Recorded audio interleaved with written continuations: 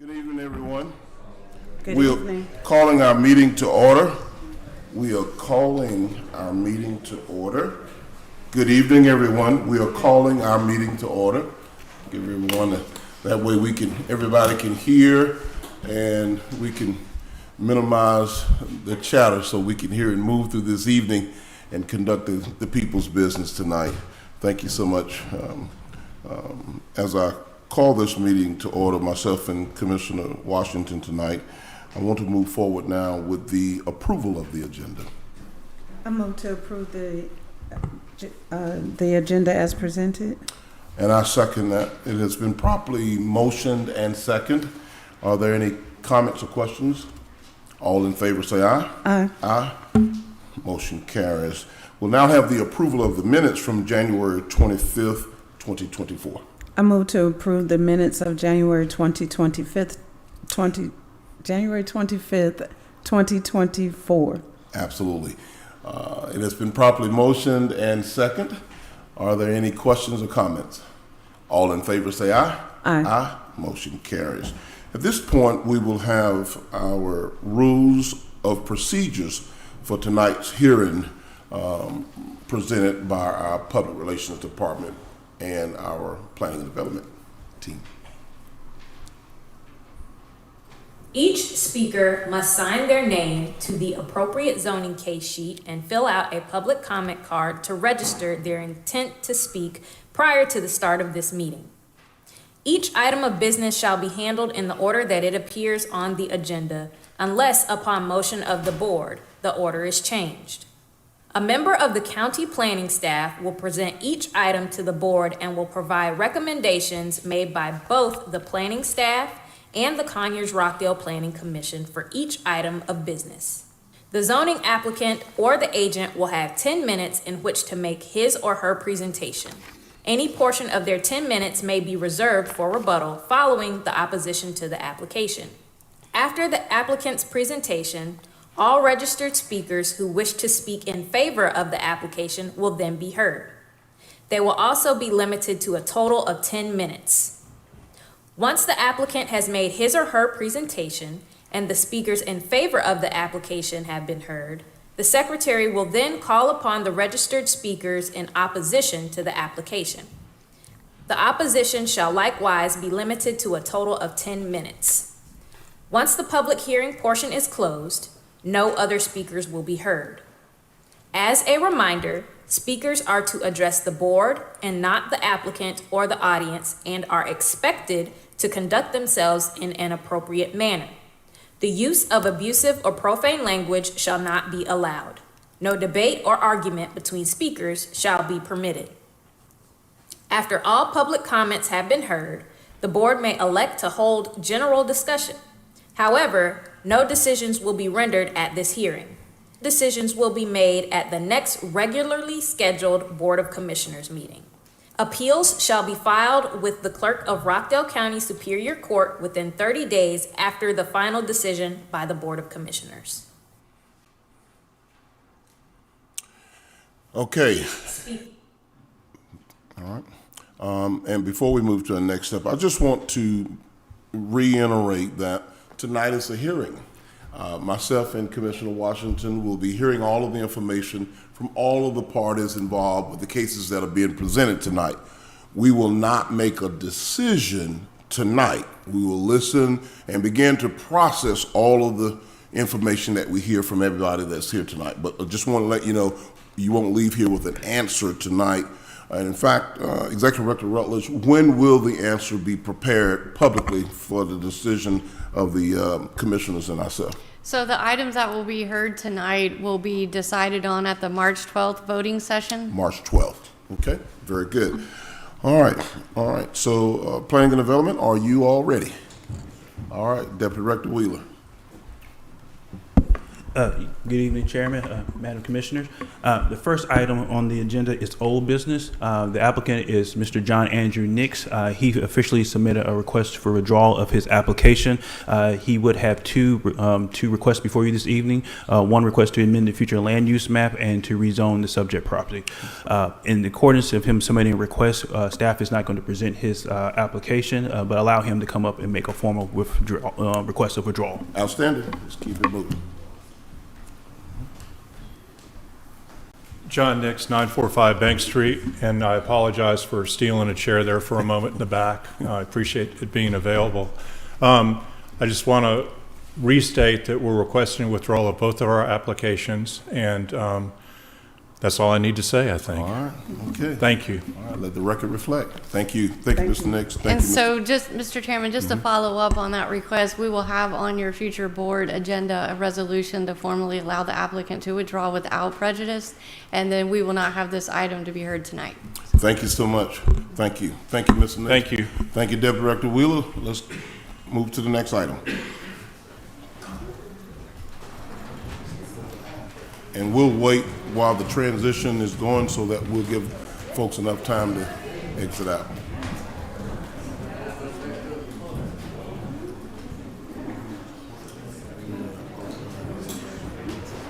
The next case.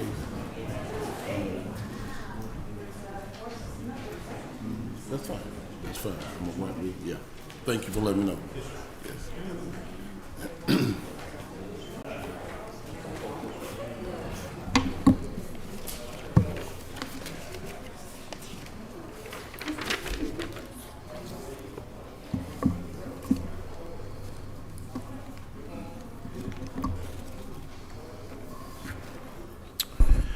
Yes, sir. The next item is old business as well.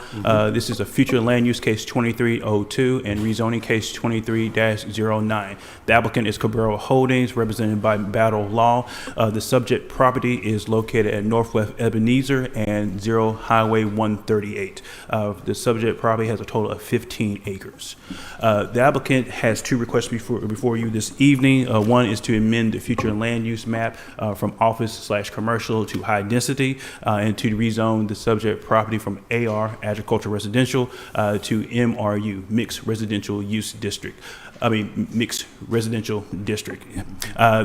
applicant is intended to construct a mixture of single-family homes and townhomes as well. And Deputy Director Wheeler, just take your nice deep breath. Take your time. We're not rushing. Take your time. We're going to go through every one of these the proper way, so I don't want you to just breathe. Just take your time. I apologize, sir. I get in that normal Southern quick draw cadence. I apologize. I'm right there with you. Again, this application has been before you a couple of times. So just to highlight a few key points, the applicant is intended to construct 66 townhomes and 27 single-family homes. The townhomes are looking to be at 1,800 square feet, while the lot sizes for the single-family detached homes are 4,500 square feet. To kind of give you an idea of comparison, the property abutting the subject property, those lots sizes are single-family homes as well, but they are a minimum of 10,000 square feet. Okay. The applicant has also indicated that 23% of the project will be green space. So they identify 7 pocket parks throughout the entire development.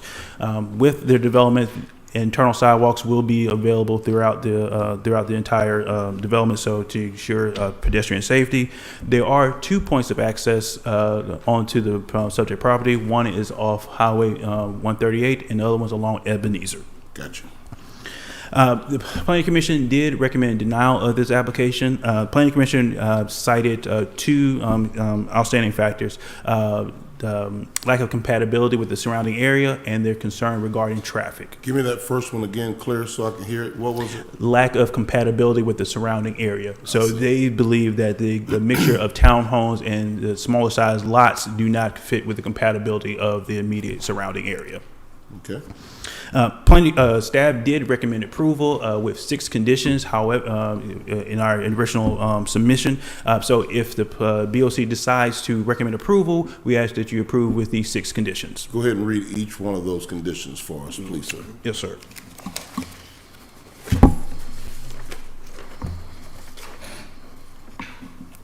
Oh, I apologize. It's not 6 conditions, 13. I was wondering why they were a little bit Every one short. of them. Go right ahead. The site shall be developed in compliance with the mixed residential use MRU zoning district if adopted. The applicant should provide a traffic impact study with the preliminary plat. Any recommendations for improvement shall be required to be shown on the land disturbance permit. Additionally, as determined by the Rockdale County Department of Transportation, a new study may be required for the development. Any recommendations for the improvement from any new studies shall be required to be shown on the LDP. The applicant shall obtain approval to encroach on the state right-of-way from the Georgia Department of Transportation. The site shall be restricted not to exceed 93 residential units. All single-family detached units and townhome units shall have 2-car garage. Provide a 5-foot sidewalk along both sides of the proposed internal streets. Provide a 2-foot wide grass strip on all internal public roads between back of curb and sidewalk. Provide a 5-foot wide landscape strip. All trees planted in the landscape strip shall be counted towards any Rockdale County required tree recompense credits or tree density units as mandated by the required development permit. Provide a 5-foot wide sidewalk along Highway 138 and Ebenezer Road right-of-way. A 10-foot wide landscape strip shall be provided along Highway 138 Southwest and Ebenezer Road Southwest between the roadway and the sidewalk. All grass areas shall be sodded. All utilities shall be placed underground. Natural vegetation shall remain on the property until the issuance of a development permit. All front building elevations shall be constructed with at least 50% of the following building material: brick, indigenous rock, natural stone, and synthetic stone, or a combination of brick, indigenous rock, natural stone, and synthetic stone with accents building materials that may include, but not limited to, stucco, ephes, metal, painted cement siding, and wood where masonry products are not provided. Streetlights shall be provided throughout the residential development along the internal streets where residential units directly abut. When internal to the block, all streetlights shall be residential in character and meet the minimum lighting standards of Rockdale County, GA, as to define in the current edition of development regulations at the time of the development permitting. And lastly, any structure in the amenity area shall be constructed using exterior building materials that complement the adjacent residential structures.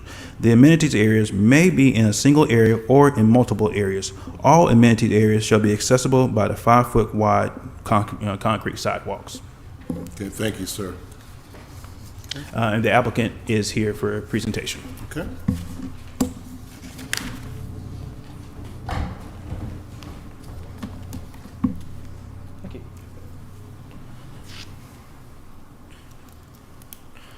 Good evening, Commissioners. Hope you're doing well. Good evening.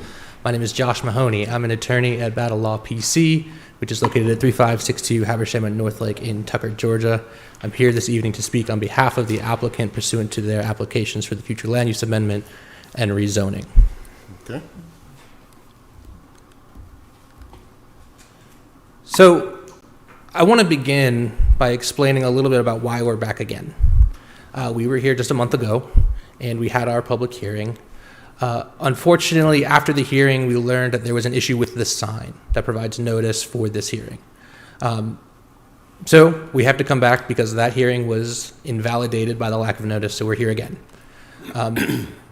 Nothing has changed as far as the project goes, but because I know there are several members of the community here this evening, I will walk through my presentation just so everyone has all the facts. And then I'd like to take some time at the end to address some of the questions that came up at the last meeting, particularly from you, Commissioner Washington. Okay. The property in question is shown here on the screen. It is at the corner of Ebenezer and Highway 138. You'll see that the main piece is highlighted in yellow, and then there's another piece that's separated off, highlighted in red to the southwest. Technically, they are the same parcel according to the parcel map, but the piece to the southwest will not be developed at all. My client is talking to the school just to the west there, Heritage High, trying to donate that land to them. So here is the zoning map. The property, is zoned AR, and a piece of it looks like it's zoned commercial, actually. And we've got single-family homes to the immediate north and west of this parcel. This piece is at that corner, the highway and Ebenezer, which is looking like a commercial node. You've got a gas station on the southeast, and actually I think another gas station on the northeast as well. Southwest is vacant, so is ours. So this is the site plan that we're proposing at this time. We've got our 27 single-family detached homes lining the western and northern pieces of this parcel, with the townhomes situated in the center. We did it that way because we already have single-family detached homes in this area that we will be butting up right against. And it felt inappropriate to put the townhomes directly against the single-family detached homes when we could create this transition from larger lot, single-family residential units to smaller lot, single-family residential units to townhome units to the commercial node. This is a common development theme that you see all across the metro area. We're just implementing it here. I believe Mr. Wheeler pointed out that our lot sizes are in fact smaller than those to the north and west. However, our home sizes, the actual building itself, is quite comparable. The single-family detached homes are between 2,100 and 2,600 square feet, and the townhomes are in that 1,800 square foot range. So pretty comparable to the homes that are there today. The lot sizes, though, it is true they are smaller, but that's what contributes to that transition to the commercial node. Here are some examples of what the single-family detached homes would look like. These are just some conceptual elevations that we have. There's that mixture of high-quality materials that Mr. Wheeler was talking about. Brick, we've got hardy plank. I want to say on one of these we may even show some stone. And then here are the townhomes as well, again carrying over that pattern of high-quality materials. So that is the presentation I have as far as what we're proposing. I want to take a moment to discuss some questions that came up last time. So Commissioner Washington, you asked us to consider keeping a portion of these units affordable. I'm happy to report that my client is open to that idea. However, we do need some guidance from you all. We're not quite sure what exactly it is you're looking for. We'd be happy to meet with you between this meeting and the vote, or if we need another cycle, we could do that to figure out what exactly that looks like. And once we get that nailed down, we're happy to oblige that. And then the other question you asked us to look at were these conservation subdivisions. Conservation subdivisions are a wonderful concept that we have in the metro Atlanta area, where you take your number of homes that you can get on a piece of property, you shrink the lot sizes down so that you have the same number and the same density, but just kept on a smaller piece of the land to conserve more of the natural area. The trouble comes in Rockdale with the zoning code. It's pretty restrictive as to where these conservation subdivisions can go. Specifically, in the Conservation Subdivision Ordinance, Section 206.18, it states that conservation subdivisions have to be on property with a land use designation of either medium density residential or conservation subdivision, its own land use category. There's a large swath of property in Rockdale County that does have either one of those, but ours does not. Right now, the land use is office and commercial. We're asking for a change to high density residential to get the numbers that we need to make this financially viable. So we wouldn't be able to go that route. Again, there is another section of the code. There's a conservation subdivision zoning district specifically in section 206-6. Again, that says that the conservation subdivision zoning district can only exist in the Salem Road corridor overlay, which is a lot more restrictive than just the medium density residential land use. This is a very specific location. So with that, again, we are not in that corridor, so that doesn't apply. In working with Mr. Wheeler, we actually went ahead and tried to see if there was another way to go about this. We looked at the collaborative residential subdivision as an alternative. Again, though, we ran into the same issue where collaborative subdivision, residential subdivisions are only allowed in the conservation subdivision land use category or in medium density. So we ran into the same problem. So unfortunately, we tried to find some avenues around to try to make this work, but the zoning code is pretty restrictive when it comes to these things, and we just weren't able to make it work, unfortunately. So to wrap it up, our proposal still hasn't changed. We are open to the affordability percentage with some guidance from you all, but we are unable to do the conservation subdivision. With that, I'll take any questions and reserve any time I have. Thank you. So when we staffed this, they did tell me about the zoning restrictions with collaborative and conservation. So we're going to work on changing those for the future. But I am still almost hell-bent on saving trees and environment. So what I would like to see is maybe a streetscape with a tree canopy or something like that, where we are encouraging more something that looks and feels like you're in a county that cares about things that our residents are caring about, the trees, the environment, something like that. So as far as the landscaping, 2 little trees in the front, that's not what I'm envisioning. I'm envisioning something more lush, something more indicative of Rockdale County. I know that there's not that's what I would like to see before the vote. Okay. I will. And we'll work on the affordability piece as we move through this. May I respond? Sure. So this is the plan that we have now. It's unfortunate that it's not in color, because if it were in color, I think you would see that there's quite a bit of green space conserved here. It's spread out throughout the development, so it's not one big pocket of green space. But it is a sizable amount, 57,000 square feet of green space throughout. Each time you see in the center there a stack of townhomes, it has its own little pocket park immediately adjacent to it. And then up in the northwest corner there, that kind of vertical piece that aligns with the street there, that's a little dog park as well. So there's some green space there, but I completely understand if you want to see that shown on the plan, we can make that happen. Right. And I would like to see it streetscaped with more vegetation also. Okay.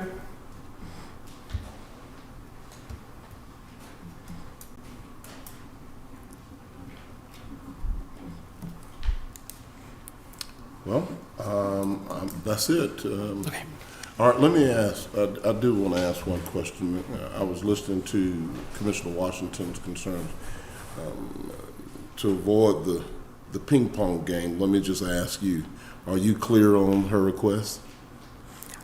I believe I'm clear on your request. You want to see some more environmentally conscious items on the site plan, specifically streetscaping. So what it will look like to be on the street in this community, as well as maybe a more detailed landscaping plan. Yes. Is that accurate? Yes. Great. And Attorney Josh, one thing you mentioned I think could resolve a little bit in terms of providing that for the commissioner. You talked about a different rendering, or perhaps something that shows a little bit more color graphic that gives a more realization or visual of what it's going to more likely look like. That does help. Okay, great. Absolutely. All right. Okay. Thank you, sir. Thank you very much. Can I ask a question? Sugar Hill is a relative, and it's not for you, it's for staff. Can you all get me the age of Sugar Hill subdivision. I know it's a relatively older subdivision, but I think that makes a difference with the lot sizes, how old the subdivision is versus, meaning that the land in Rockdale County when that subdivision was built was a whole lot less expensive than it is now. So I do want to know how old that subdivision is. Yes, ma'am. We can look that up. So we did not have anybody who signed up and speak in favor. We did have 3 individuals who signed up in opposition. Okay. The first individual who signed up is Mr. George Kilichek. Okay. All right. Come on up, Mr. Kilichek.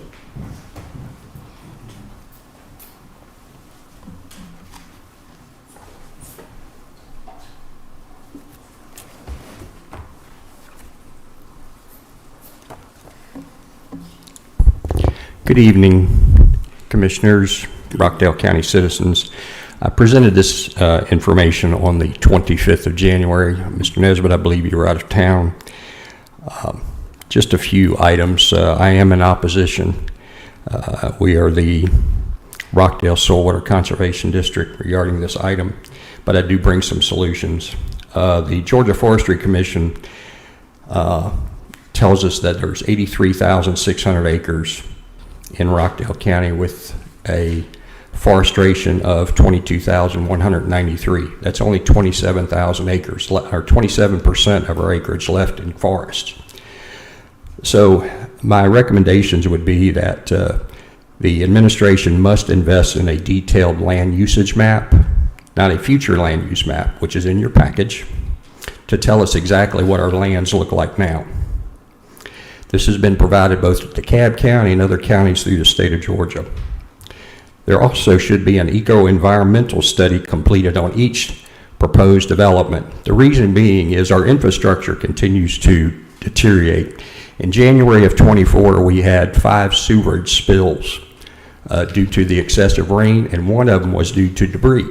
So unless we take care of our infrastructure first, we're going to outbuild our capacities. There was also just now a 35,000 gallon sewage spillage peak at Honey Creek Golf and Country Club last night due to a collapsed pipe. Thirdly, I think there needs to be a complete paradigm shift from planning and development to planning and sustainability for Rockdale County, focusing on conservation, affordability. Finally, I think we need to implement, we need to take a time out, study this information, and provide ordinances that would accommodate both conservation villages and affordable housing projects such as the cottages on Vaughan, which you have been presented before in DeKalb County. So unless we take a time out, we're going to continue to clear cut our land, and we will not have a forest canopy left in Rockdale County. Of the 57,000 square feet that the attorney spoke of, in 522,720 square feet, 12 acres, that's only 10.9% in conservation. The gold standard would be 40 to 50%. Thank you very much. If you have any comments, I'll be here. Thank you, Mr. Kilichek. Next up. Next person is Ms. Jeanette McFarland. Mr. McFarland, come on up. Thank you. Good evening, Commissioners. Good evening. I'm just exhausted with this. This is probably the 3rd or 4th time that we've been in front of you all, and we're saying the same thing. The mixed residential land use has basically destroyed Conyers, where I live. We currently have garden-type apartments. We have homes that are worth $550,000 to $600,000 that are looking at garden-type apartments. We have currently cardboard single-family homes being built side by side. I'm just telling you the area, okay? It is compacted. In our particular subdivision, we had mature trees, the tall trees of Georgia. They're all gone. And the developers placed these little skinny trees all over the place. The privacy is gone. I don't know who's going to rent all of these apartments and all of these rental townhouses. I'm at the point where I'm looking at a bigger picture now, because we all know what is happening in America with the flood of illegal immigrants and them being taken care of off of our tax dollar. I worked 46 years, paid all my taxes. I'm disgusted. Are we going to start now? Because if Atlanta can't handle it, are they going to ship them up here? I'm disgusted. Okay? I really am. It's as though our government has betrayed the American people with what is happening now. And with the development of all of this that is going on, it doesn't make it any better. Taxes go up. Retired people have to pay them. Nobody is giving us anything free. I'm disgusted that we have to keep coming in and saying the same thing. We are overwhelmed in Conyers with townhouses that are so close together, if you sneeze, you will hear your neighbor. Single-family homes that I believe it's 4 to 5 feet apart. I'm just disgusted. I really am. And I'm saying that as nicely as I can. Really. The gentleman that was just here, he's absolutely right. It is not the Conyers that we moved here for. It's not. So I pray that you all take all of that into consideration. We worked and came here for some peace of mind. Thank you. Thank you, Ms. McFarland. Thank you. Next up. Last person to sign up is A. Durr. Mr. Durr, come on up, Mr. Durr. Good afternoon, commissioners. Good afternoon, all the audience here. Good evening. I don't have a prepared speech, but I was passing by and I saw the sign, and I live in South Rockdale County. And I haven't been to a commissioning meeting in years. In fact, the demographics were totally different the last time I was spoke at a meeting like this. But I'm concerned of how Rockdale County has changed. I've been here since the mid-1990s. I've lived in Georgia all my life. I was born in Marietta, Georgia, 60 years ago, as of March 9th. Yes, sir. So I have seen Georgia change. I've seen Metro Atlanta area change.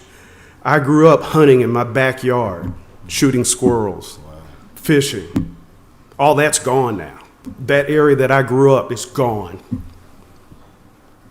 The youth where I enjoyed my youth, it's gone. It's just houses, buildings, townhomes all over, commercial property. It's all gone. I moved here, my wife and I moved here in 1995, 1996. And the reason we moved to South Rockdale County is because of the strong commitment to the agricultural residential community. And I see it being eroded. And I just said, you know what? It's getting closer and closer to where we live, where we grew up, where my child grew up. She's now 21 years old now, in college. But what she grew up with is changing. And I hate seeing it.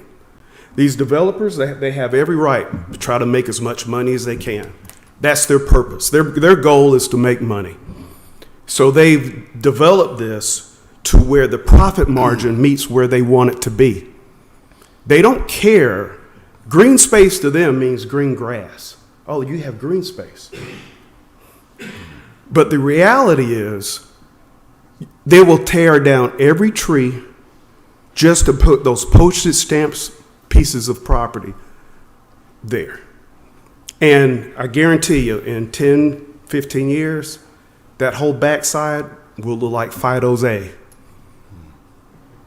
on the road when you're driving down 138. I guarantee you. Because townhomes are not single-family homes, built homes. They're not. They're built fast and cheap. And they charge as much money as they possibly can for those fast and cheap developments. And I've seen it. I've seen it. I've worked in construction. I've seen it. I work for the state of Georgia now in commercial development, but that's for the state and it's commercial. So I know a little something about property. I know something about construction. And I know how fast these townhomes go up. And I know the materials they use. I do know those things. So quality of life is one of the most important factors of where you live. Quality of life affects your health. It affects the community's education. It affects all those things. You're talking about 93 plus single-family homes in 15 acres. 15 acres. You get 93. So let's multiply that by 2 cars. Let's multiply that by 2.5 kids going to the schools. You're going to build some more trailers? Great. I go to Aldi now on weekends when I used to go. Oh, we go in and shop. Now there's so many people in there because you have all those townhomes and all those people going to that single Aldi. What used to take me a 15-minute little run now takes 30 minutes. We need to step back, and I'm asking you, like I said, the demographics changed. This all changed since I was here, and I've seen a lot of changes. But I want to make the point that development is fine. It's going to happen. 100,000 people come to Metro Atlanta every year. But it's your job to be a buffer to help protect the citizens that put y'all in those chairs. And, they're going to make money. They're going to go someplace else. That's their job. That's what they do. But let them go someplace else.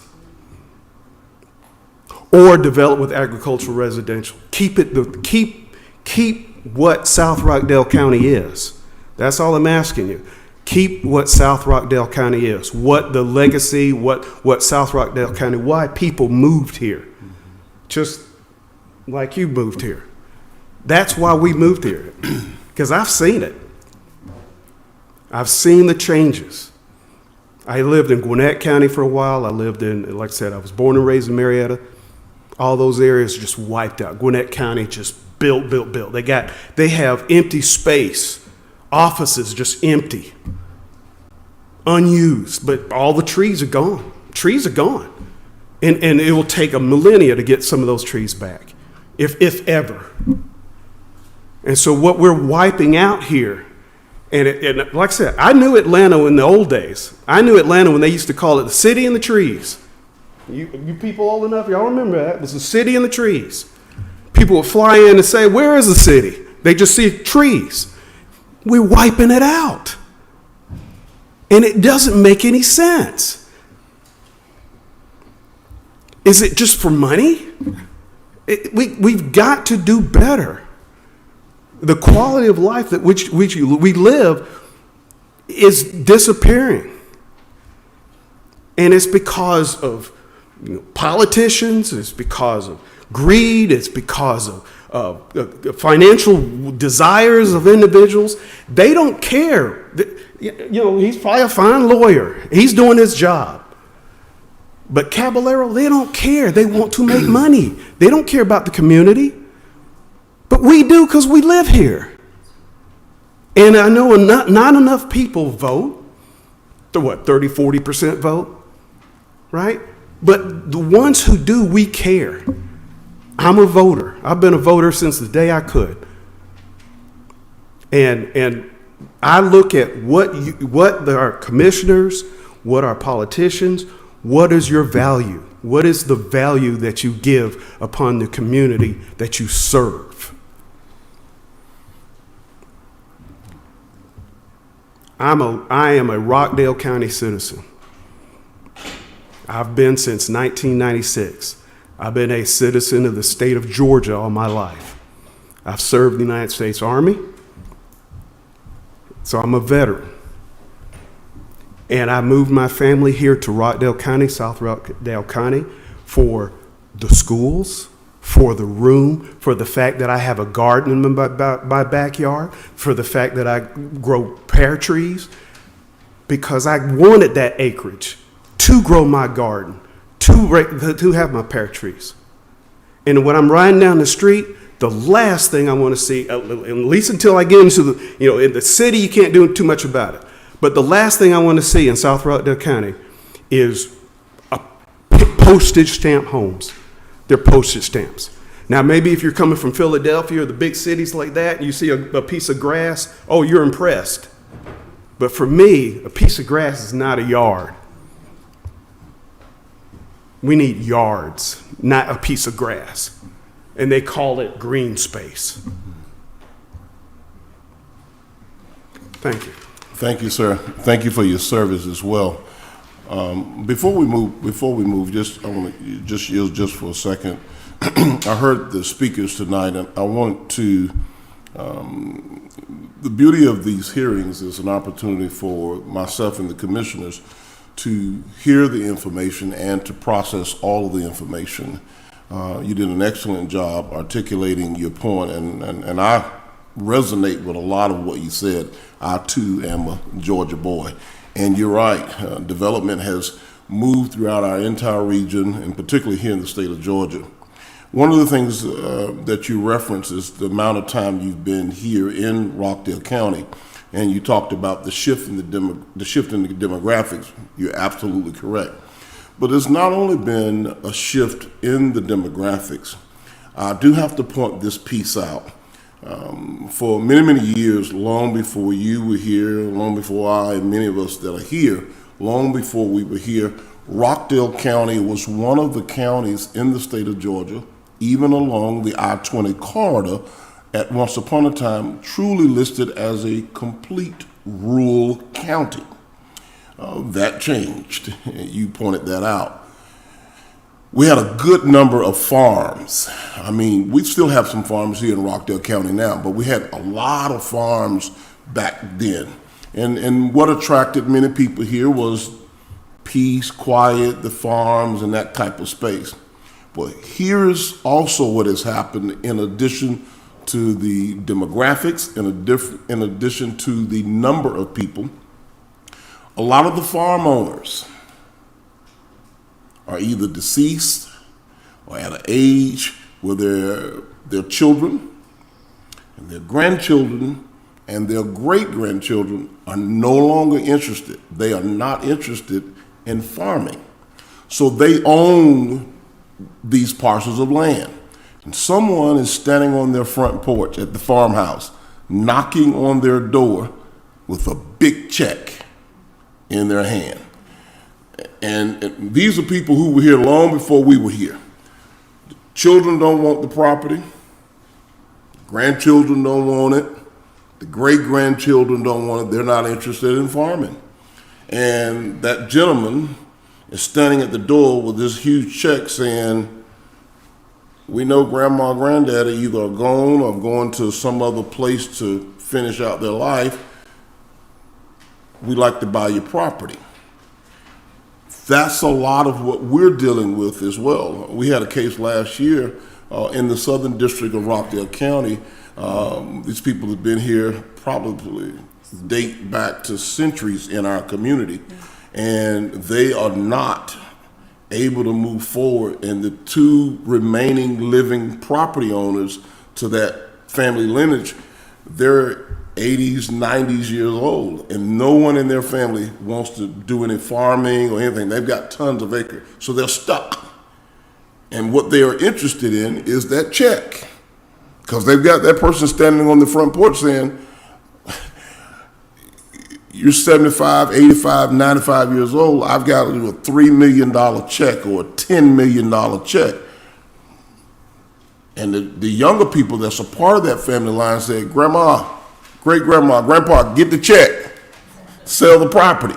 So I'm sharing that because I think sometimes, not everybody, but sometimes commissioners, sometimes the community think it's just the commissioners up here. Not really.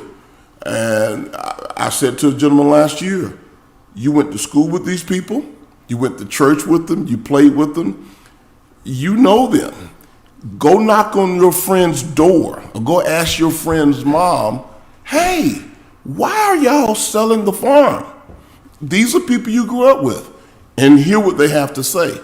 So we do have, leadership is ownership. So we do have some responsibility in terms of planning the community and how we zone. I take full responsibility, and we hear you. But I also wanted to make sure I made mention of that because there are parcels of land, both on the north side of Rockdale as well as the southern district of Rockdale, that people own their property, they're selling. And they want to, so we do have we're part of the decision making, but there's a good number of properties that are left. Again, they want the check. And to that regard, in South Rockdale, if you go down 138, just tomorrow, ride down 138 towards Stockbridge, look at all that land that's for sale, hundreds of acres. The signs are out there now, they're for sale. So it's coming. Please understand that we're not making people sell their land. It's been for sale for a long time. And let me tell you the other thing while we're talking about what the dilemmas that we have sitting in this seat. The two largest demographics in Rockdale County right now, 15 to 17-year-olds, 62 and over. What that means is that right now, your daughter's not coming back to Rockdale County when she graduates from college.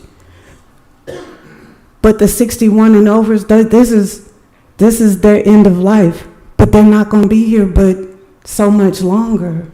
We're not attracting, there's nothing attracting the people that are going off to college. We're educating, we're spending all this money educating people, these children, and they're going off and they're spending their money in other places. They're not investing into coming back home, and we're not getting that return because we don't have places for them to live and things for them to do when they get here. So we have to, those are the other things that we have to consider, because we can be in a retirement community, but I don't think that that's what we want to be. I think we want to make this a place for everybody. And so when developments come in that offer the ability for that demographic to come in, we have to consider that also. Yes, I'm sorry, this is the chairman's. Right. We won't go back and forth. I appreciate what the commissioner said. But we can talk offline. Right. I'll get your information. He did a great job articulating. So did Ms. McFarland. Ms. McFarland has come on multiple occasions. We're not in a debate. We're just sharing and bringing clarity. The other piece to that, and we're going to move on, but let me get this out. The other piece of that is this. From an economic development standpoint, we just received news the other day that finally Rockdale County median household income has slightly increased from $66,000 measly dollars as an average to up to $73,000 average per year. That just went up a little bit, went from 66 to 73. And that's per household. Right, so watch this. So And we hear, I get it all the time, at church, at the barber shop, at the grocery store, about everything you said and everything Mr. McFarland said. So we're not in debate with you, but watch this. In addition to those comments, I'm also getting this. Chairman Nesbitt, when we gonna get a Trader Joe's, a Whole Foods, a Krispy Kreme? When we gonna get a Dave & Buster's? When we gonna get a steakhouse? When we gonna get, so let me teach and explain for just 1 second. The great news is that the median household income has gone up from 66 to 73. Where would we really like for it to be? Around about 82. When a company decides to come to any community, the first thing they do is called a feasibility study. And a part of that feasibility study, there's several factors, but one of the factors is looking at the median household income. They want to know, you used the word and you used it very, very articulate, and I think Mr. Kellercheck used it as well, sustainability.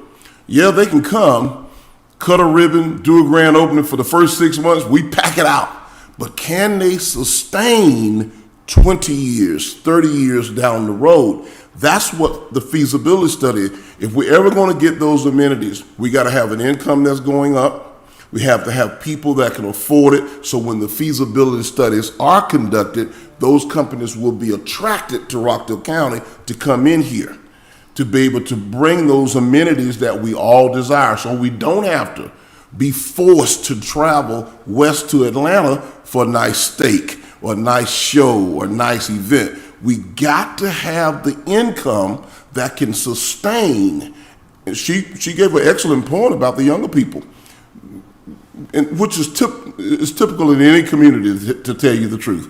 My hometown, Augusta, is happening the same way.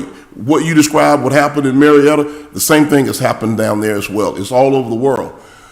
So it is a challenge, a struggle, a juggle, but I wanted to make sure any of you all don't think that we don't care. I mean, we literally live here too. We'll talk more about this offline. I do want to move the meeting forward. I think it's important that we continue to educate our citizens so they will understand all of the factors that are factored into a decision that is made about what's happening. But there are people who are selling the farms because the children, the grandchildren, great-grandchildren, they don't want the farm, they want that check.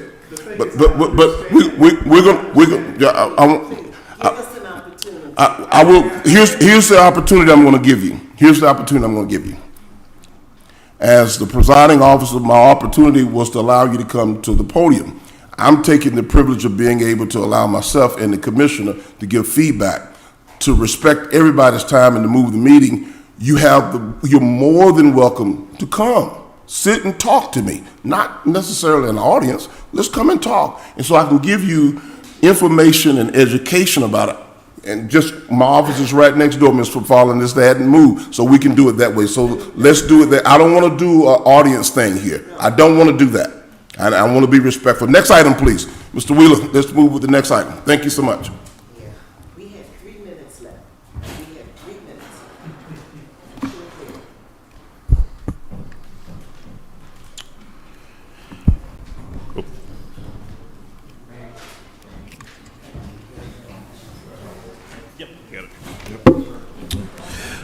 Next item on the agenda, sir, is RZ case 24. Can you hear me clear? Okay. RZ case 24-01. The applicant is Mr. Herman Edwards. Mr. Herman Edwards has one request before you this evening. Sorry, the meeting's going. I'm sorry to interrupt you. Are you saying something?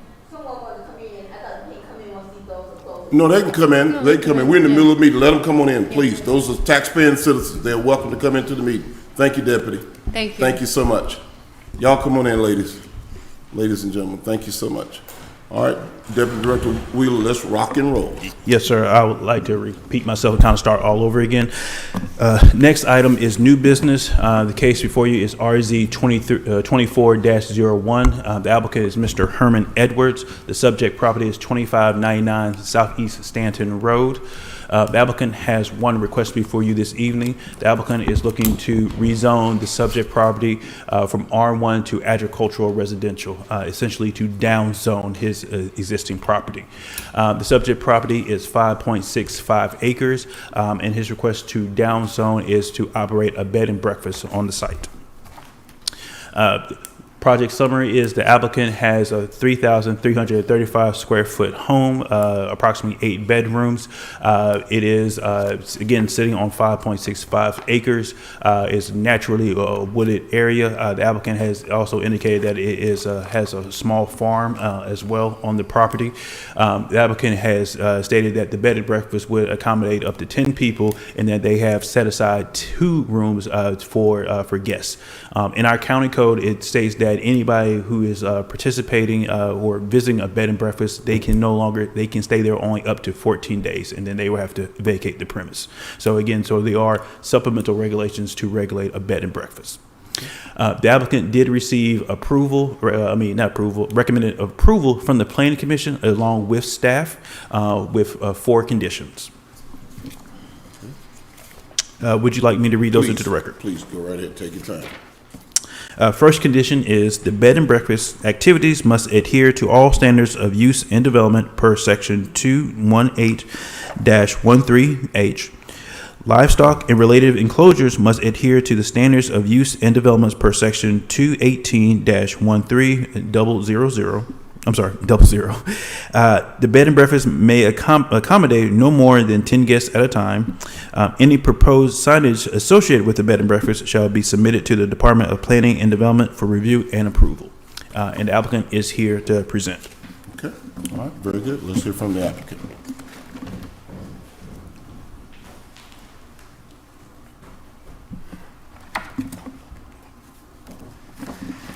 Good evening. Good evening. Thank you for being present today. My name is Herman Adams, and this is my wife, Robin Adams, and we're applying for a rezoning of our property to agricultural. And I just wanted to make a couple things clear. He gave my last name as Edwards, it's Adams, and we only have 4 bedrooms in our house. I wish we had 10. That'd be nice. That's okay. Then we had 8. That's according to the tax assessor, so I just want to make sure I got that from the tax assessor's website. So thank you. Just took that off of you, Deputy Director Wheeler. I'm gonna let me give me a minute. You took it off of you. It's still on Rockdale County. So what I'm needing you to do is what? Communicate with the tax assessor's office and make sure you let him know there's some discrepancy about what is being presented. Thank you, Mr. Adams, for bringing the clarification. We'll make sure we let our records reflect the proper information. Okay. Thank you so much. Thank you. And thank you, Deputy Director Wheeler. First time presenting to the board, with the exception of the Planning Commission, but the board. And I just create a little presentation, give you a little bit of information for us. So what we're doing is we're calling this project FIRE. It stands for Farmyard Adams, our last name obviously. And what we're trying to do is do a bed and breakfast in a small farm. I'm a firefighter for Atlanta, and I'm also a training lieutenant. I'm out of the airport, and Robin's an assistant director for United Healthcare, and she works from home. Okay. And we moved to Conyers about 3 years ago, and found our forever home. We love to entertain family, friends, and even our neighbors come to our home. We have almost 4,000 square feet. We're going to do some renovations, so it'll be a little bit close to 4,000, if not over, when we plan on doing those. We have 4 bedrooms, 3 bathrooms, and we look to add 4 bedrooms, 3 bathrooms on 5+ acres, 5.65 to be exact, with about 530-foot concrete driveway with about 5 dedicated parking spaces there. Both Robin and I are nearing retirement. I retire next year. And we look to add to our retirement income through the bed and breakfast. That's one of the reasons why we're doing it as well. Robin's also a home chef. She loves to cook. You probably can't tell by me. I'm too small, but she has great cooking. She wants to share those meals, of course, with some bed and breakfast is a good place to do it, to treat the guests to some of those great dishes she does. We also wish to offer a place of rest, relaxation, and learning. And the learning part comes from the farm and the nature. We don't want to get rid of any of our good, healthy trees, just the problematic ones. We want to do kind of like a garden, and also he said a farm is on there. It's not yet. We do plan on building a farm, a small farm. We want to go natural food and all that kind of good stuff, healthy eating.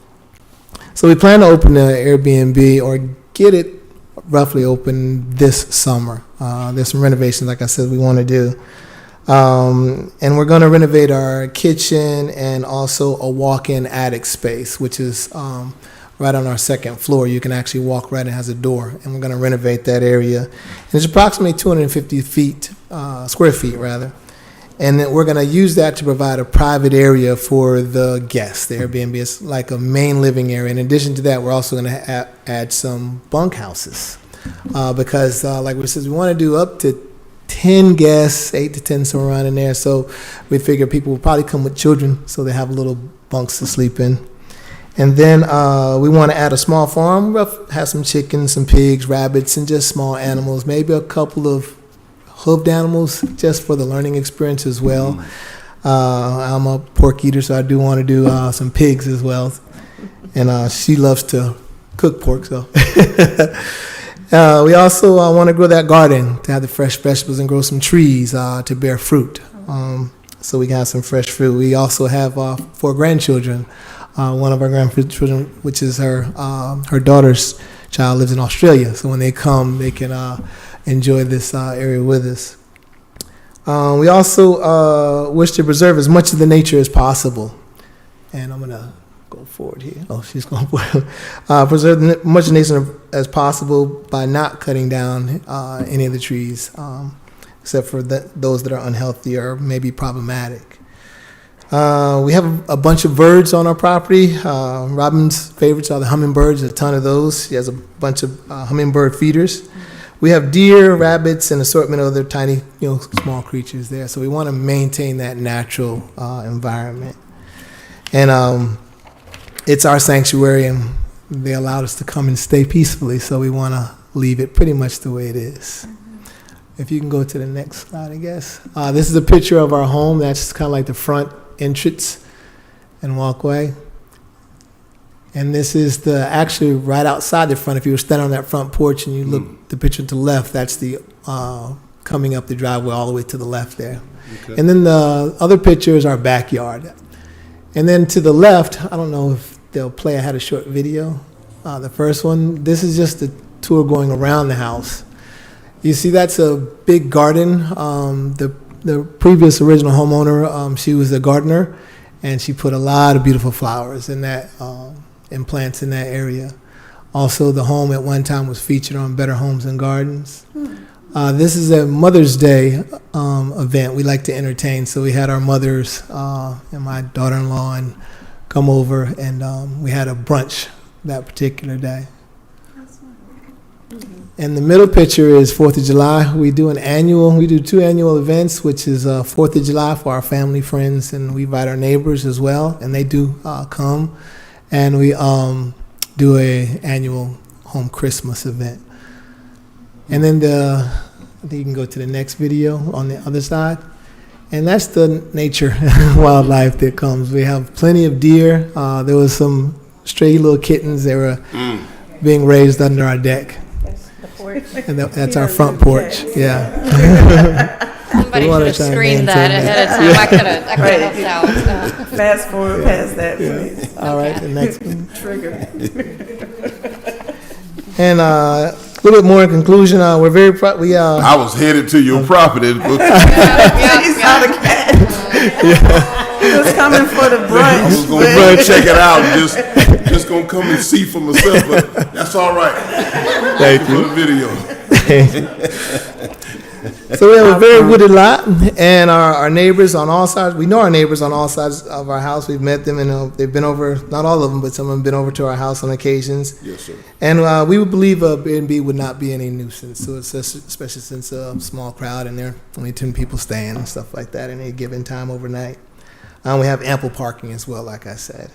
And then we currently have 3 bedrooms. Before the renovation we'll put in some bunk houses. We have 4 bedrooms, but 3 will be our guest bedrooms and our master. And if we do plan on having a sign, a country little sign at some point in time, we just have some ideas, but nothing's in the plans. And we know that at the time we do ready to put a sign up, we'll submit that through planning and stuff to get that approved. Other than that, we would hope that you to grant a rezoning for our property, and we appreciate your presence again. And if we do, that'll make our dreams come true for our private home. Commissioner Washington, any questions? No, I'm clear. Thank you. I do have a couple of questions for you. How long have you all been here again? You told me you've been in Rockdale. How long? 3 years. 3 years. And the other question I have is, tell me why you think this would work out there. I'd love to hear that. What is the reason? Why do you think this will work? I think that the area, or well, not just the area, but actually our property is beautiful. It's wooded. That's one of the reasons we bought in Rockdale County, because we were looking for land, and we're looking for wooded land. And then we actually, when I went and looked at the property, we saw deers. I saw deers coming through, so that kind of like sealed a little bit, so natural. And I think that my vision beyond the bed and breakfast is that learning. I have grandkids. Because, as you said, that farm thing is going away. And one of the things that, to me, is so important about our food is that it's healthy and it's natural. And because she's a home chef and she cooks everything natural, I mean, she's actually educated me on a whole lot. So we want to provide some of that knowledge to guests. And I guess what better way would it be than to, and we love to entertain, but to do it on a more consistent basis as a bed and breakfast. Now, my last question, you heard what I said earlier about a feasibility study, and you know what that entails. When you begin to bring your idea, your dream, your vision to light, what research and data fact-finding did you do to help say, okay, it's more than just a dream. I believe we can, because you talked about retirement, residual income. Yes. So what fact-finding and research did you do that gave you the green light to go ahead and then make this kind of investment? Because you're making a pretty sizable investment. Absolutely. One of the things, just recently I saw an article about the schools going to healthier eating or farm fresh eating. And I thought that it's just me and her in this house. And if I grow a garden, I'll have a lot more food than we could actually eat. So my idea was to be able to offer that. We live right up the street from Rockdale County, maybe in that type of program or something like that. So that was one of the areas with the farm itself. And the bed and breakfast itself was just one of the things we did was always go to a Airbnb, and we go to the places that are quiet because we used to live in the city. And so we go to places that are quiet, and we thought of the reason that is, and a lot of our friends, as a matter of fact, she has a girlfriend that's buying a cabin. And and for Christmas, we actually rented a cabin with 17 people, our family. So we see the need, in a sense, because we look all the time. And we think that developing it ourselves, we can develop what we think that people like us would want as well. Thank you all so much. Thank you for your service. Thank you for choosing Rockdale County as a place to stay. Thank you. All right, thank you. Thank you. Deputy Director Wheeler, any? No, sir. No one signed up in favor or opposition. Okay, next item, please.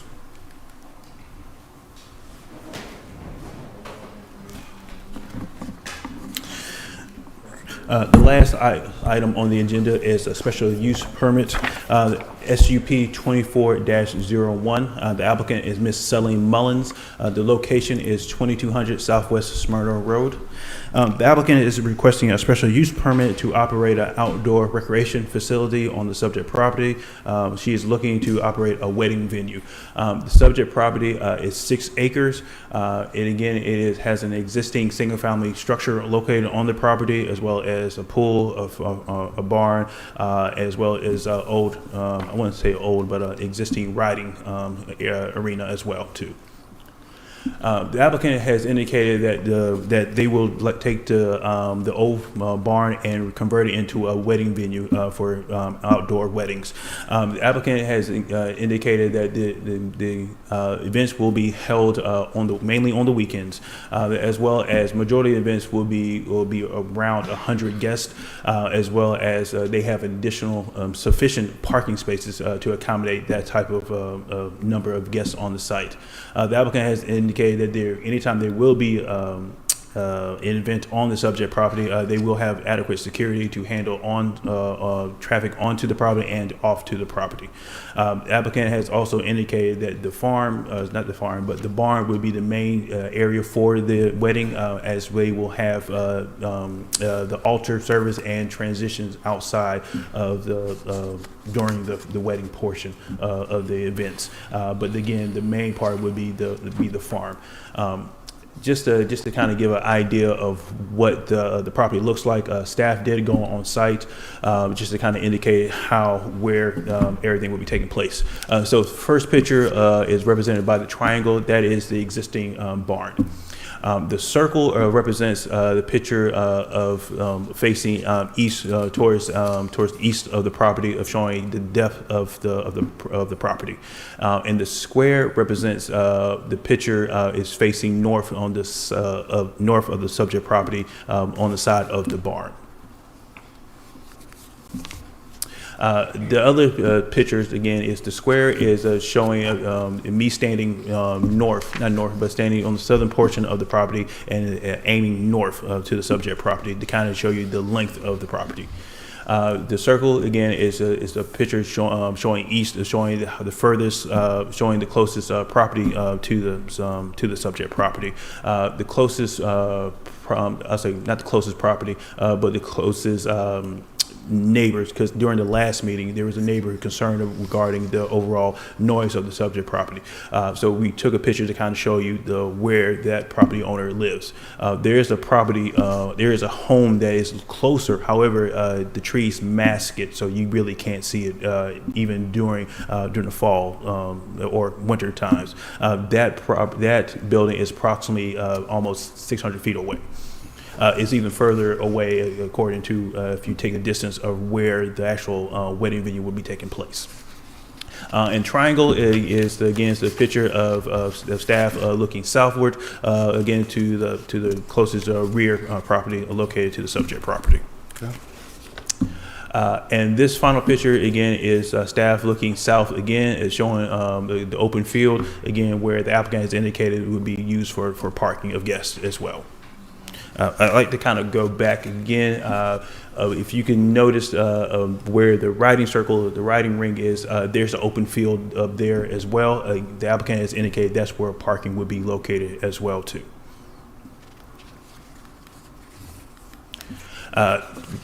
Planning Commission did recommend denial of this application. Their reason is because there were too many questions or too many conditions for the applicant, because their concern was not enough. Let me see if I can state this correctly. They had too many concerns to recommend approval for this application. And what are those concerns? So the concerns was, again, from what I gather is bathrooms, as far as where would the bathrooms be located. The applicant has indicated that there will be porta potties that would be brought onto site and then removed off site. Again, as staff has noted, that any type of restrooms would still have to go through environmental health. Again, that would be still part of the permitting process. Again, the Planning Commission did have concerns regarding the use of alcohol. There were some confusions regarding about the distance requirement or the sale of alcohol. So if I could just take a moment. So the new ordinance that was approved, that is strictly for liquor stores, not for event spaces. Event spaces can get alcohol into their events two ways. You can either get your own alcohol license, or you can be sponsored by somebody who already has an alcohol license. Correct. So if you have your own alcohol license, again, of course, you'll go through the process, and then anybody who's serving, such as if you have workers for the event space, they would get beverage handler permits for that.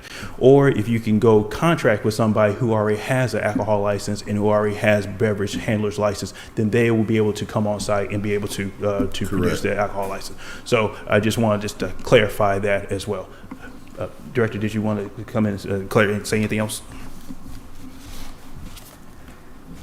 Good evening, Chairman. Good evening, Commissioners. Good evening. I took the notes for the last meeting to specifically answer your question. Okay. The planning commissions each had one condition apiece. Okay. That was their general concern about the application.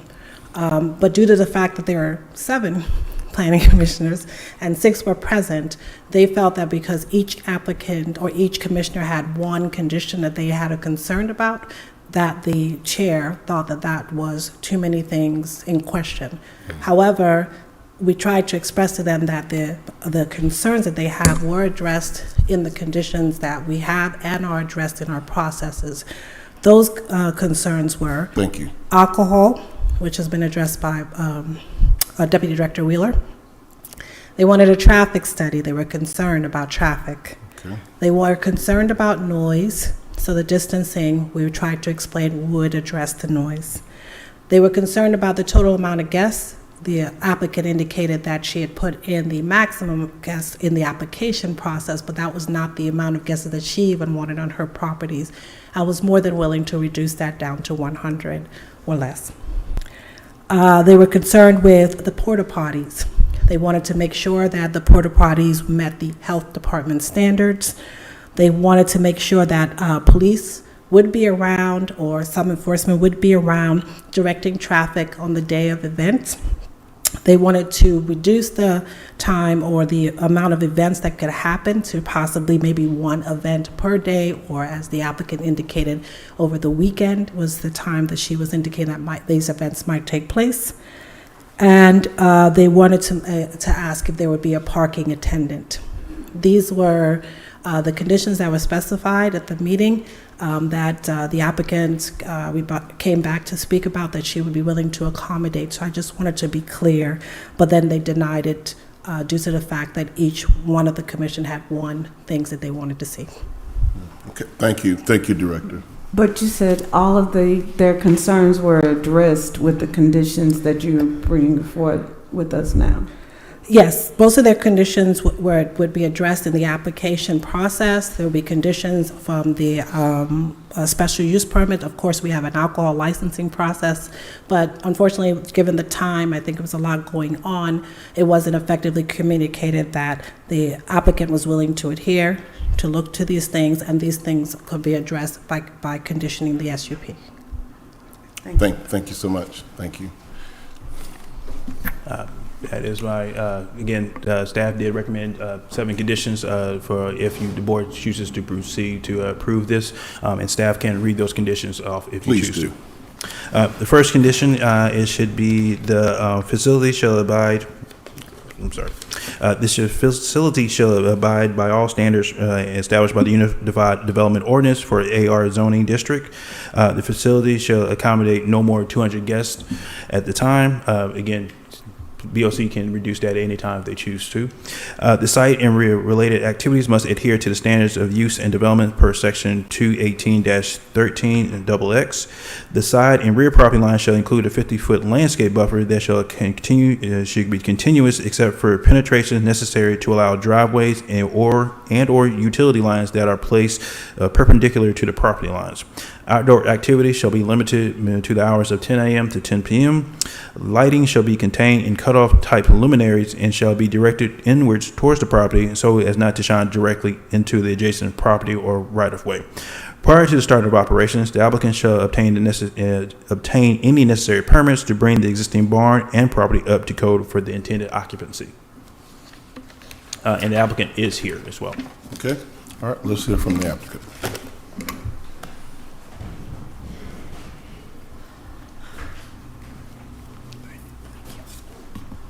Good evening. Thank you for allowing us here to be able to present our case. Okay, it's up. This is going to be the agenda or the order of the topics that we're going to discuss. Neighbors' concerns, our story, the business and its benefits to Rockdale County, and then our summary. Again, thank you for your time today. My name is Sonny Mullins, my husband Lemuel Mullins. I'm here to discuss our application for a special use permit on our property so that we may utilize our property in addition to farming and agriculture. The concerns that our neighbors had at the last meeting was noise. I wanted to bring up the fact that we do live within stone's throw from Heritage High School. We can hear their PA announcements, we can hear their band practicing Monday through Thursday, their games on Friday, and then they have track and soccer Saturdays and Sundays. So we're aware that noise is part of it. That's why we said, okay, we're going to limit to the weekends, something that's not going to be too obtrusive to our neighbors. Haven Fellowship Church is right to the left of my property when you're facing out towards Smyrna, and they throw no less than 6 events throughout the summer, so everybody's used to events. Another concern was drunk guests wandering. My property is completely fenced in. There's 8-foot fencing in the back, 6-foot fencing in the front, a private gate in the front. You can only be buzzed in, and you can only drive out. You cannot walk out. You have to be buzzed out as well. So we won't have that issue. Horses and poisonous snakes. Our horses haven't been affected by any events, and we all live in Georgia, so poisonous snakes are part of it. Poisonous snakes was a Yes. Okay, all right. I won't prolong the meeting. I mean, I got snakes. I mean, it's just we're in Georgia. Anyway, go ahead. I don't want. So this is our story. It's like saying that we don't want a gnat at the picnic. You eating your sandwich, you drinking lemonade, you're gonna get a gnat at the picnic out here in Georgia. It's the South. Yeah, but anyway, go ahead. I want to hear more of this. I have been a resident of Rockdale and Conyers specifically since 2011. I've owned 2 different homes here. Never once, I've been in my current property since 2016. I've never once experienced a complaint from a neighbor in either of the residences that I've had. I raised my children here. They all went to school here, graduated high school here. I was nominated in 2018 as a Rockin' Woman of Rockdale. I say all this to say that as a black female business owner, blessed enough to be able to own our beautiful, pristine 6-acre piece of land in the greatest county in Georgia, I can assure you that I would do nothing to deteriorate from that beauty. This is our forever home. In 2022, right after the pandemic, we got married on our property, and this is where the idea was born. How wonderful for other families to be able to enjoy and take part in experience such as a wedding venue right here in our own county that represents the best parts of Rockdale.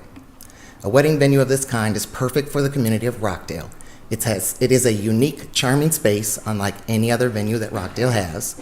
There's no venue like this within a 90-mile radius of Rockdale County. And we plan on adding to the value and the economic growth of Rockdale. We're using locally sourced vendors, farm-to-table caterers, so that way we're also putting back in, not just take. This is not just a business that only benefits Lim and myself. This venue has the ability to stimulate the economy, to benefit many families, citizens, and small businesses all throughout Rockdale County. The wedding industry is a $60 billion a year industry with a proven track record to make it through recessions and, Lord, a pandemic. So, to me, that's a win-win. As I stated before, this is our forever home. We'll make sure that this Class A business does not deteriorate from our property, and I assure you it would allow us to be able to enhance the property and the county. My husband and I both have full-time, highly stressful careers. He's a captain of special operations for City of Atlanta Fire and Rescue. I'm a litigation attorney. When we're done with the 60-hour work week, we want to go home to the same peace and quiet that all of our neighbors want to enjoy as well. As a new business, we'd be fortunate enough to have starting out with 10 events a year, and that's on the high end. I heard my neighbors' concerns before regarding them wanting to be able to enjoy their property. We want the same thing. In reality, this is a small portion of the year.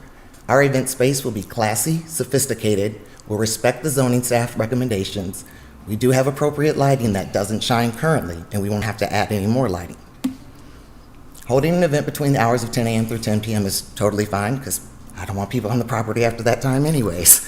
Because I have to clean up. We have to get everybody out. It's a full day process for the actual people who own the property. And traffic flaggers and officers, we have no problem with that as well. This is looking from the street if you're standing on Smyrna. This is the entry. You can barely see it, but there's a gate, a privacy gate, and the call box is on the left. So this is looking all the way down. This is what you're standing at the bottom of the driveway. To give you a visual, that's looking out. This is the actual event space.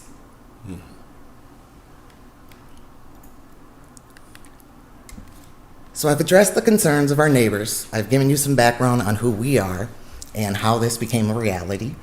I've shared how this project will help the economic growth of Rockdale, not just benefit Sonny and Lim. The project will not take away from our neighbors or our own ability to enjoy our peace and serenity of our properties. Thank you for your time. All right, Commissioner Washington, any questions for the applicant on your part? No, not at this time.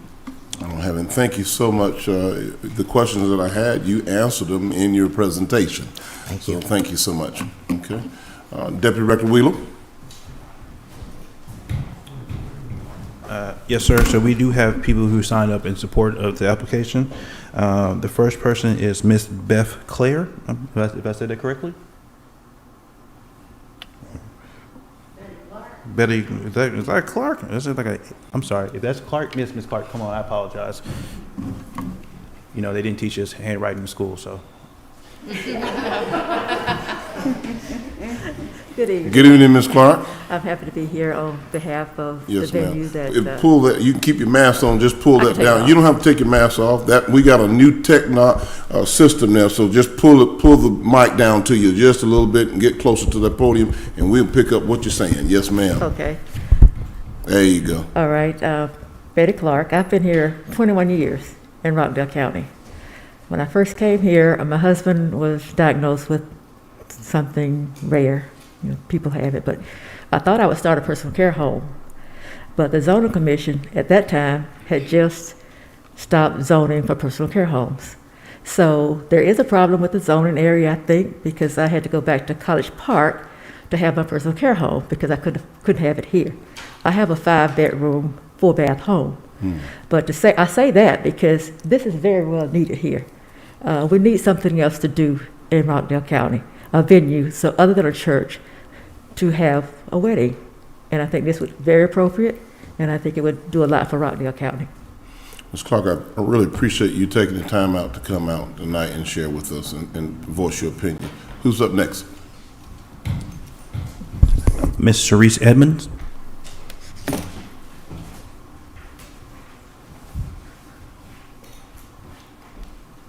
Good evening. Good evening. I'm Sharisa Edmond, You can and pull it I down, have been Ms. a Edmond. resident of Rockdale County for 14 years. Okay. I'm also used to be a state of Georgia employee. I'm now a federal employee, and I have a daughter that was also raised here in Rockdale County. So I am loyal to this county. I think that Mr. and Mrs. Mullins' beautiful venue idea would be an awesome asset for Rockdale. As Ms. Clark mentioned, we do not have that many options for wedding venues.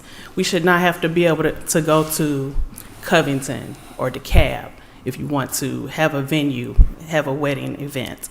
And so I think that her property is beautiful. It would bring pride to the county.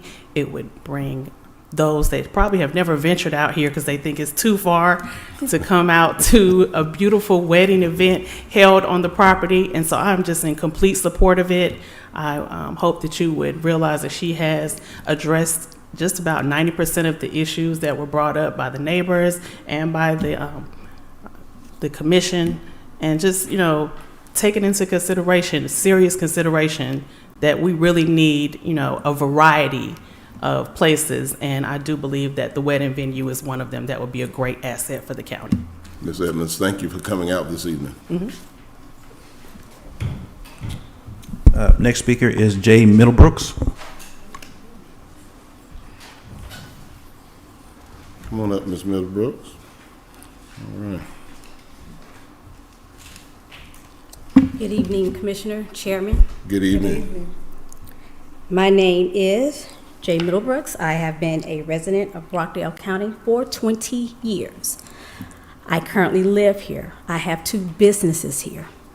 I want to stay here to be able to work, enjoy amenities, and see things that will benefit the positive impact of our economic development in Rockdale County. As Ms. Mullins pointed out in her presentation, There's not a venue such as this in the 90 miles radius. When you think about traditional weddings, they're inside of a building. Why can't we have and accommodate those guests or those that want to get married and have an outdoor picturesque type of view, bringing them to Rockdale County? Oftentimes, when people are attending weddings, what do they go out and venture? They're going to venture out into shops, the community, restaurants, hotels. So this was a plus for all of us, for the entire county.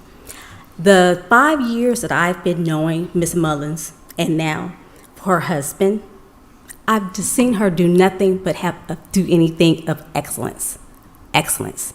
I have no doubt that she will develop something that is classy and elegant and will benefit Rockdale County. So I am in support of her being able to get this special permit to be able to add to the economic development of Rockdale County. Thank you. Ms. Middlebrooks, thank you so much for your time and coming out this evening. Thank you so much. Deputy Director Wheeler? Yes, sir. The last person, and I apologize, E. Brayton.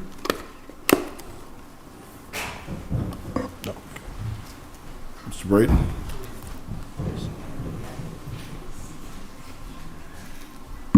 How you doing, Commissioners? Doing good. Chairman? Good evening. Good evening. My name is Eric Bratton. I'm here with my wife, Monique. I've been here since 2005. I love Rockdale.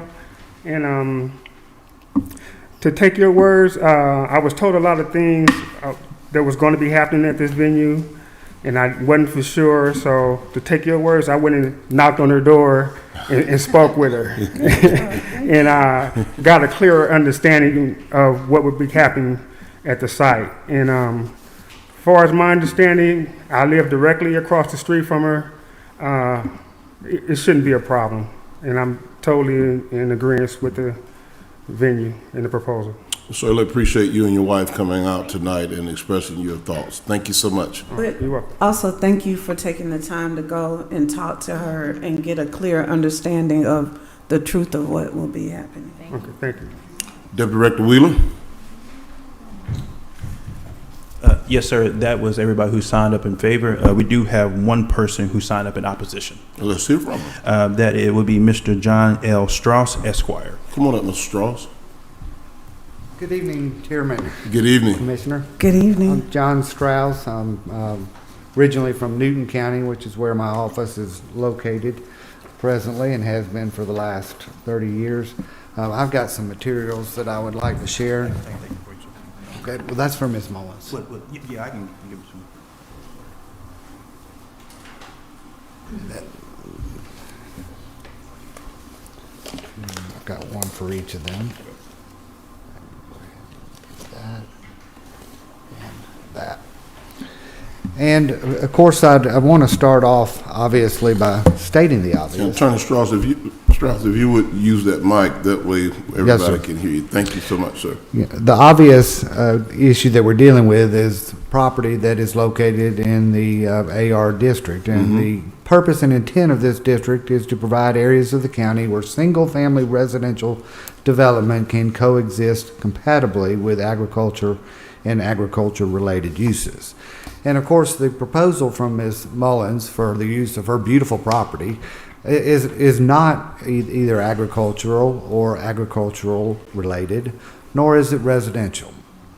Also, I want to bring probably the most important point to your attention, and those are the covenants that had been in existence since 1985 of this property. And anybody who lives out here in the Smyrna subdivision?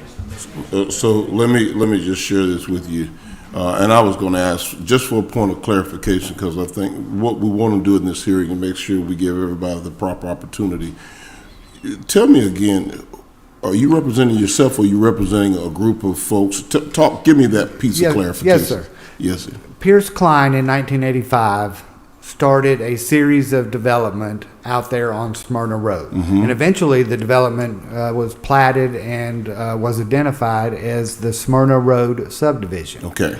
And so I am representing 17 property owners who live out there. Some of them are immediately adjacent to this Yes, sir. property, and some of them are further on And they down make up the Smyrna Smyrna Road. Road subdivision? Yes, sir. Okay, gotcha, I'm tracking. And so I was so gonna the other ask them piece I to was gonna stand say up if that's other thing okay. that I was gonna say to you, Mr. Strauss, direct everything to me, and anyone that's a part of the group, we're gonna make sure they have an opportunity to speak. But I want you to direct everything to me as me and the commissioner, please. Well, I certainly wasn't going to ask anybody else to speak, Chairman. I was just wanted them to stand up so that you could see who the neighbors are that I am representing. Okay, I will certainly honor that. Will all of you all who he's representing, please stand at this time.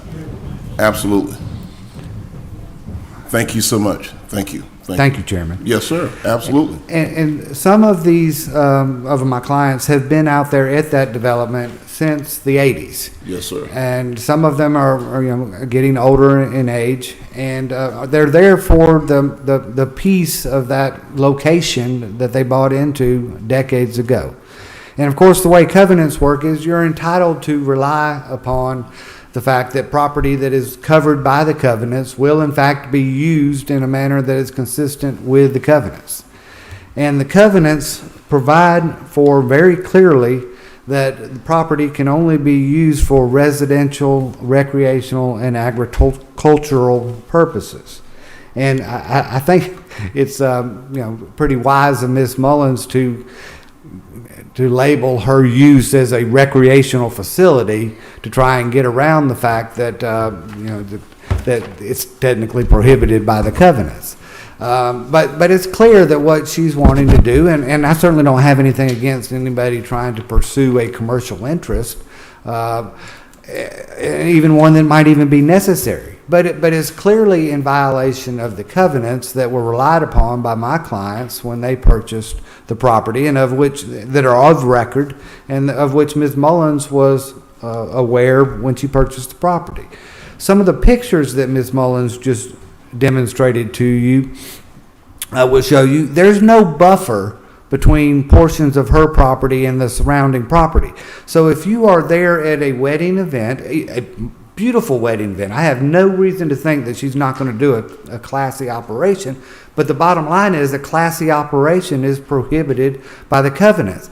And even in a classy operation, when you have 200 people there, you've got however many cars parked in the front yard of the facility, and then you have all those people there in the back of the property. You've got a band going on, everyone's having a good time like you do at a wedding. The people who are living adjoining that property and even further down are having to listen to that, and that's the type of thing that they specifically purchased their property with the covenant protections in order to avoid. The covenants also specifically prohibit any activity that would be considered a nuisance. If you have loud music going on up till 10 o'clock at night, I would respectfully submit that when you have covenants, that anybody is going to determine that to be a nuisance. The other concerns are, and you have some photographs in that package, the area right where Ms. Mullins' driveway exits onto Smyrna Road is on a hill, and it's also slightly on a curve. There's already been a recent fatality right there in that area because there's not a very long area for traffic on Smyrna Road to be able to see either direction from her driveway. And so even if you do have somebody out there directing traffic, somebody comes flying down Smyrna Road and you got these slow vehicles pulling out, it's going to be a problem. It's going to be a big problem when you have multiple vehicles that are pulling out. The covenants that I provided to you also prohibit any signage on the property that is within the Smyrna subdivision. So that means she wouldn't be able to have a sign there at the road, so nobody's going to be able to know where this wedding venue is. And when they miss the wedding venue, the concern is then they're going to turn into a private road that certain property owners just paid $100,000 to get repaved, and using that as a turnaround in order to go back to locate the wedding facility.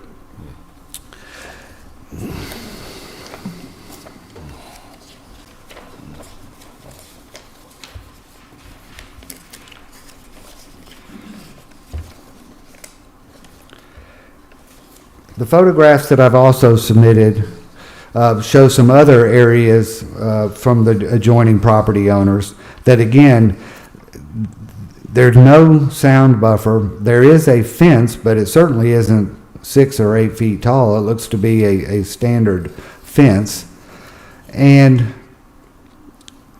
one particular property at 2180, which would be immediately adjacent to this property, behind this property, there's no buffer at all. You can see that on the picture that I have provided to you. So right where the barn is going to be, all of that noise is going to come immediately next door. And with all due respect to Ms. Mullins and to this board and to the staff, that's not what people move out to the AR area about. We've heard a lot of discussion about, most of those people are gone now, but we've heard a lot of discussion about the importance of maintaining the integrity of the AR district, and part of that is for the solitude and the enjoyment, peaceful enjoyment of your property. And when you're having loud music immediately next door, that defeats the purpose of being in the AR. And it certainly defeats the purpose of the covenants that these people relied upon when they purchased their property and when they built their homes, some of them 40 years ago. I also have submitted to you, and I've got a signed copy as well, a letter from Mr. Klein on behalf of the board of the New Haven Church and its 100 members, which is the church located immediately next door to Ms. Mullins' property. You know, and of course their obvious concerns are, you know, standard normal concerns like liability and things of that nature, but also what? Liability. They were concerned about liability. I'm not so worried about liability on the part of the church, but they do have a legitimate concern of having a venue that is immediately next door to the church that is going to be, you know, directly or indirectly selling alcohol. And so I don't represent the church, and I don't represent Mr. Eric Klein, who is present this evening, by the way. But I did want to bring that letter to the board's attention. You know, I am confident that what Ms. Mullins' vision to do is something that would be nice. It's just not appropriate to do it on 6 acres in a neighborhood where covenants are in place. And we would ask that her request be denied. Have you provided a copy of this letter to Ms. Mullins? I have, Your Honor. It was in that package that I gave to her previously. Thank you so much. And what I want to ask that you do is go ahead and just read that letter and make it public record in terms of what you're saying from the church. To the Board of Commissioners of Rockdale County, I am writing on behalf of the over 100 members of Haven Fellowship Church located at 2240 Smyrna Road Southwest, Conyers, Georgia. This is in regards to the special use permit petition for property location 2200 Smyrna Road Southwest. The property is located adjacent to and bordering the property owned by the members of the church. As CEO of the church, there are several concerns and questions that I have in regards to the requested outdoor recreational facility special use permit.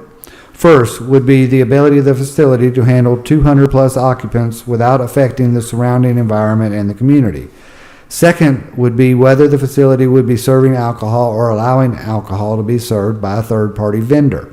This is a major concern, and we would like more I think this is a typo, insight to this, as a special use permit is a very, very broad in definition. Third would be a concern for safety. It is very difficult for our members to leave the premises due to the low visibility and high speed with which cars drive on Smyrna Road. Also, the concern is for any liability that the surrounding property owners would have if any of the guests were to wander onto adjacent properties. At this time, I am in opposition to the request for a special use permit. The definition of a special use permit is very broad and very concerning as to the possible changes it may make to the community. I thank you for your time, and if you have any questions, I can be reached, and then he provided his email address and his phone number. Warmly, Eric S. Klein, DMV. Thank you so much. I want to make sure we announce that verbally or orally into the record. Thank you so much for reading that. Commissioner Washington, any questions for Ms. Strauss? No, sir. Strauss, thank you for your presentation you. this evening. Thank you. Deputy Director Wheeler. Yes, sir. I believe the applicant had time left if she wants to do a rebuttal. Right, absolutely. That's part of the record.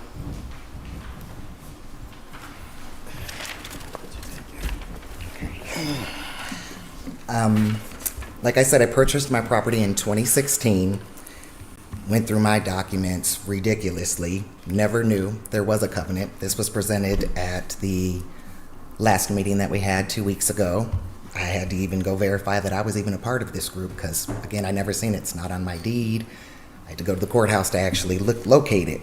The owner that I purchased my property from, Samantha John, she had the property for 9 years prior to me. She had no clue as to one.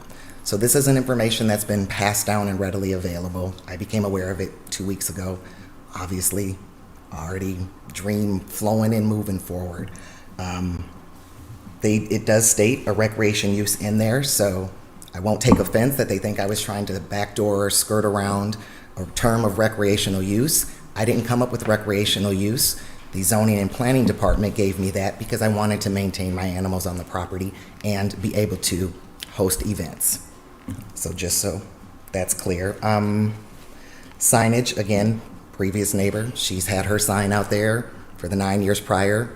My sign says Creeberry Farms. It's been out there. It's in the tradition. I come from a family of farmers. Everybody names their farm. It's not even advertising. It's just, it's your pride. It's your farm. I'm not on a private driveway. I'm on the main road. This is my farm. So for me, it's about more pride than advertisement. Again, the concerns, noise is a part of growth. I don't plan on disrupting or being a nuisance to my neighbors. I'm trying to do something that benefits the county, my family. Retirement is inevitable for all of us. I would like to have a nice retirement. I think my husband will have earned it from saving lives for 25 years. I will have earned it from saving lives for 20 years. So it's just something that you try to plan for, and you do something that piques an interest that other families and other people can benefit from as well. So, I do have a question. yes. You said that you all had your wedding at your farm. Yes. How many people were there for your wedding? 70, I think 76. Yeah, and then we hosted a family reunion this summer with 200 people. So I didn't mind the numbers. I've never had a complaint. We throw events. That was my question. Did Yeah, you get any never complaints? a single. I felt so naive after the planning committee meeting. I was bragging that I love my neighbors. We all get along. I don't know them. They don't know me. But the neighbors behind me, Carrie and Denise, their son had cut my kudzu off my fence line for years. I've never had a single problem. So I was floored, taken aback, and absolutely shocked. Nobody's knocked on the door. Nobody rang the buzzer and said, hey, we got some concerns. Could we talk about it? Absolutely. Let's get together. We're a community at the end of the day. You can't come and throw a piece of paper and say, we're a subdivision. That doesn't make us a community when you don't even introduce yourself to me and you just show up and say, hey, forget that dream because I got a problem. Here goes the problem. And I've addressed every problem. Here's a solution for every single problem. But it doesn't seem to be enough. And you said you live across the street from the church? No, the church has a large tract of land, and there's a house between me and the church, which is my immediate neighbor to the left, and then it's the church's parking lot, and then trees, their forestry that lines up and abuts with my property. Okay, thank you. Thank you so much. Thank you. Anything additional to this? No, sir, but I feel like I should put it on the record. When it comes to private covenants, that is strictly a private matter. The county or planning staff does not get involved when it comes to private covenants. There's anytime we have a subdivision, we put it in our ordinance. But on the plat that private covenants are enforced strictly by the homeowners association and not the county. So I just want to be very clear when it comes to private covenants, the county or I should say planning staff has no involvement in that. I want to take just a moment. And what I'm about to say is not limited to this particular case. We've heard a few cases this evening. And I've said this on multiple occasions here at these hearings. And before I get into this, let me just clear this up real quickly. We're not making a decision tonight. We're processing all of this information of all of the cases that we've heard, so no decision will be made this evening. But I do want to say this. One of the things that I have tried to encourage all of our citizens, our residents, and particularly any developers that are coming into our community with a new idea, a new development. In the case of this particular matter, it's a community. I really encourage folks to talk.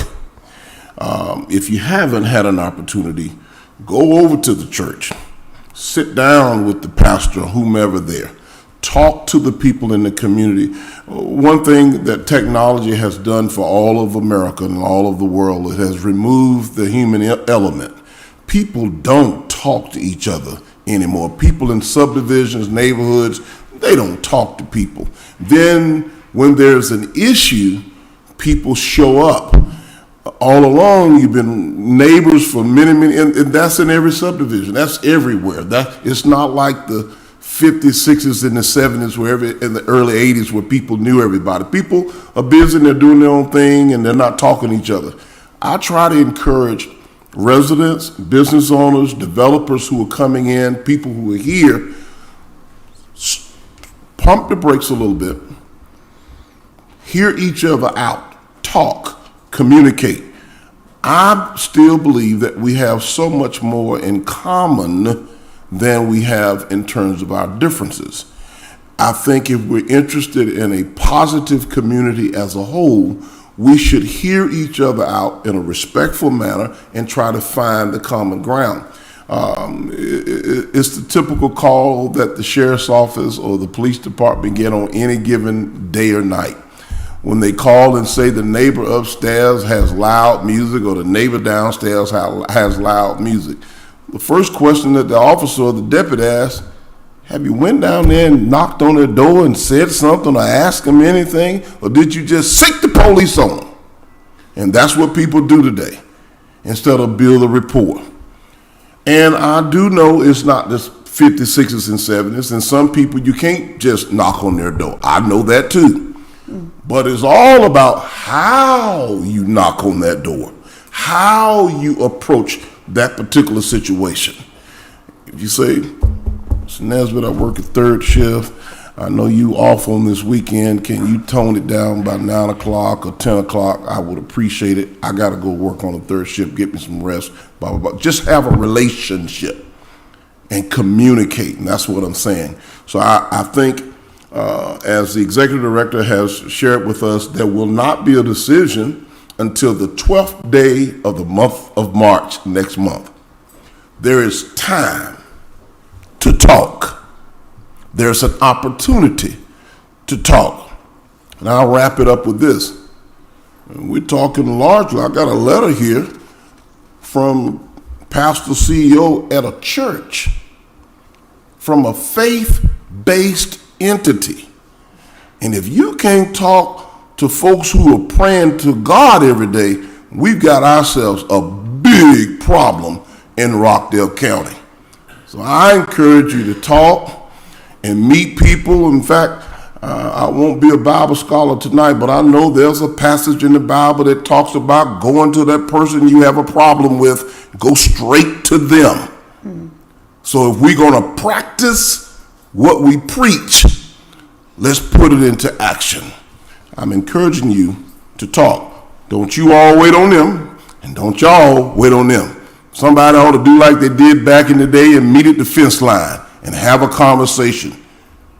And you probably will find out that you can work through it and have a better understanding. Maybe invite them over, let them walk through the property, let them see it, let them touch it and smell it and feel it. When I think about upstanding people in our community trying to do the right thing, it disturbs me to think about how could we just cast anybody away. So I'm encouraging you to communicate. I'm going to stop right there. On the 12th of March, the Board of Commissioners and I will make a decision. I want to commend our planning and development staff tonight. You all have done an exceptional job. You've done a wonderful job with these proceedings. Is there any other business that we need to take up this evening before we adjourn? No, sir. Commissioner Washington, any closing comments from you, ma'am? No. Executive Director Rutledge? No, Mr. Chairman, that's it. Ladies and gentlemen, thank you for coming out this evening. This meeting is adjourned.